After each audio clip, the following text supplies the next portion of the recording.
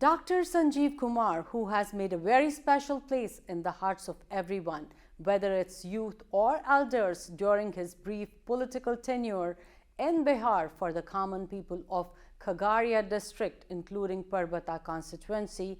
He is presently the MLA of Parbata Assembly constituency, Bihar, as well as the state vice president of JDU Medical Cell.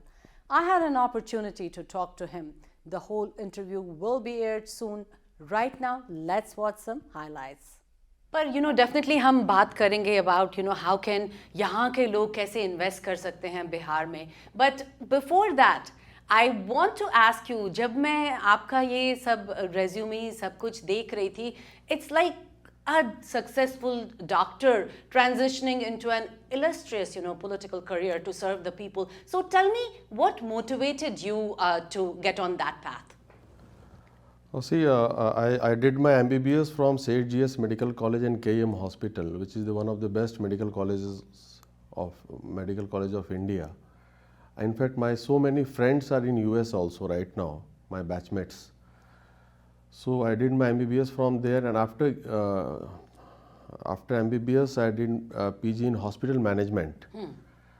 And then I opened my diagnostic center in Patna, Radiology and Pathology Diagnostic Center.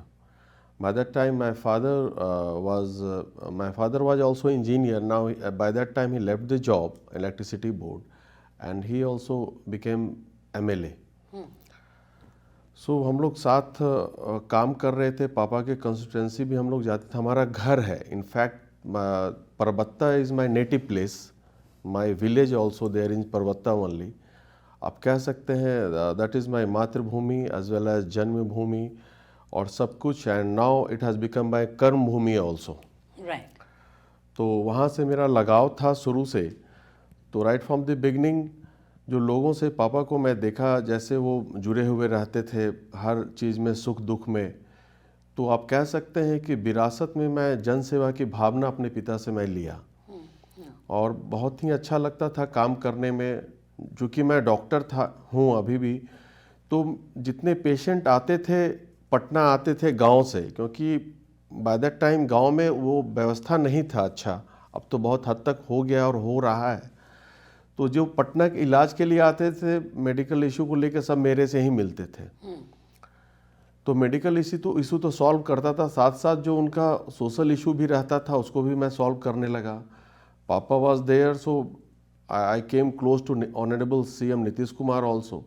तो कुछ बहुत issue में मैं माननीय मुख्यमंत्री से भी मिल करके मैं बताता था कि ये सब ज़रूरत है, तो उस पर भी वो एक्शन लेते थे कि नहीं ठीक है.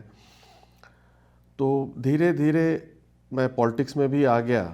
And honourable CM told me कि आप इलेक्शन लड़ें, और he gave me the ticket of his party JDU, and I won the election from the same constituency Parbatta. वहाँ से पापा 5 बार जीते. He was the transport minister also.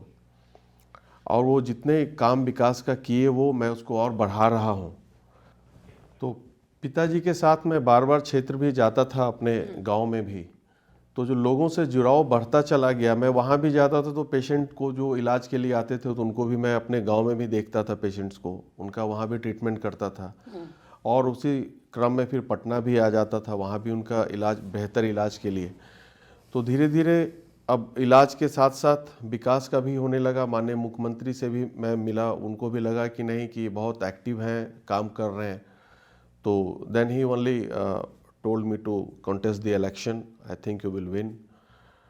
You are too much connected to the youth and public. और मैं सबसे बड़ी बात मुझे ये लगा कि जब मैं चुनाव में प्रचार करने के लिए जाता था तो मुझे ऐसा कोई फैमिली नहीं मिला होगा कि जो कहता होगा कि भाई आपने, जहाँ मैं जाता था हर जगह सब कहते थे आपने मेरी जान बचाई डॉक्टर साहब. अच्छा. आप उस वक्त मुझे जान बचाए थे आप. ऐसा हजारों लोगों हुआ जो मैं जहाँ गया. तो ये मेरे लिए बहुत प्लस पॉइंट रहा. नहीं तो बिहार में चाहे इंडिया में भी कोई भी आज के समय में लेगेसी को जल्दी एक्सेप्ट नहीं करते हैं. उसके अगेंस्ट ही लोग परिवारवाद ये सब बात हल्ला होता है. लेकिन हमारे केस में मैं इतना कनेक्टेड था लोगों से, ये कोई इशू ही नहीं हुआ. और मेरे लिए बहुत प्लस पॉइंट हुआ कि मैं पहले भी बोला कि पिताजी के कारण मैं इतना नज़दीकी से गरीबी को भी देखा हूँ, लोगों को जो परेशानियां होती थी, तो उसका सॉल्यूशन में मैं राइट फ्रॉम द बिगनिंग लगा हुआ था।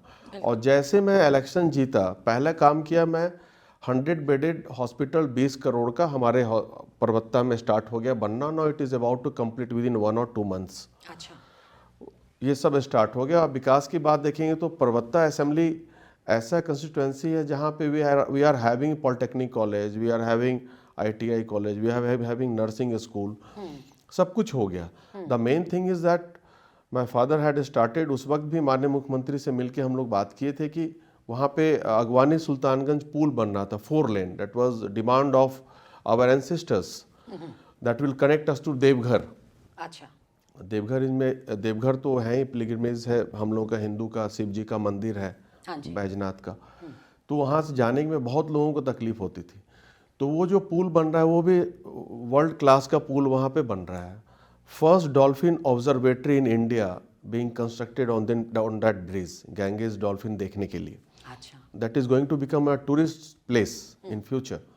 तो that will also, I think by the next year it will also completed. तो इस तरह से विकास हम लोग बहुत अच्छे से कर रहे हैं।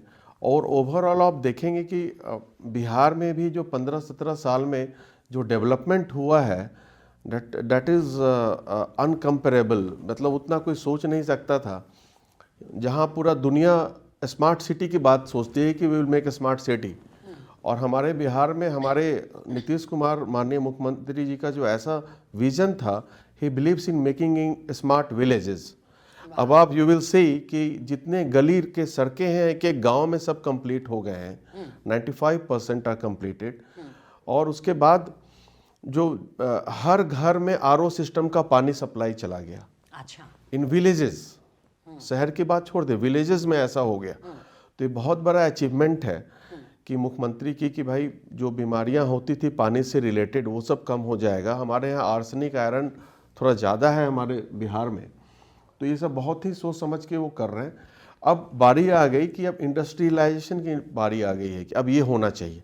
Basic things has been completed there, 24 hour electricity in Bihar, road connectivity to remotest the village are available now. और पटना आने में किसी भी डिस्ट्रिक्ट से, इनफैक्ट आप किशनगंज से भी Patna will reach in 6 hour. Earlier we used to reach in 12 hours, 15 hours. that is amazing. Amazing. From any district you can come to Patna within 6 hours, राजधानी में। तो हर तरह से व्यवस्था अच्छा हो रहा है। लेकिन मैं यहाँ पे आया हूँ, मेरा मुख्य उद्देश्य ये है कि जो बिहार के लोग हैं, जो अमेरिका में जो बिहार के लोग हैं, इंडिया के लोग हैं, इतना सोचते हैं इंडिया के बारे में, तो being here also you can start up things there. अब इतना अच्छा सुविधा हो गया है, हैसल फ्री एंट्री है, सिंगल विंडो सिस्टम है, आप आए, we have variety of option there, you are having good opportunity, please come there and first explore what you can do. लेकिन मैं बताया कि वहाँ पे हम लोग एग्रीकल्चर बेस्ड है Bihar, you can invest in food processing plant. मैंने परबत्ता में ही मैं 150 एकड़ BIADA, Bihar industrial development authority को हम लोगों ने ट्रांसफर कराया लैंड को नेशनल हाईवे पे। Like this in many districts now the land bank has increase in Bihar government. तो पहले कोई आएंगे तो उनके लिए रिक्वायरमेंट होता है लैंड बैंक का, रोड कनेक्टिविटी का विच वी हैव, इलेक्ट्रिसिटी का which we have, some important thing skilled labour which we have.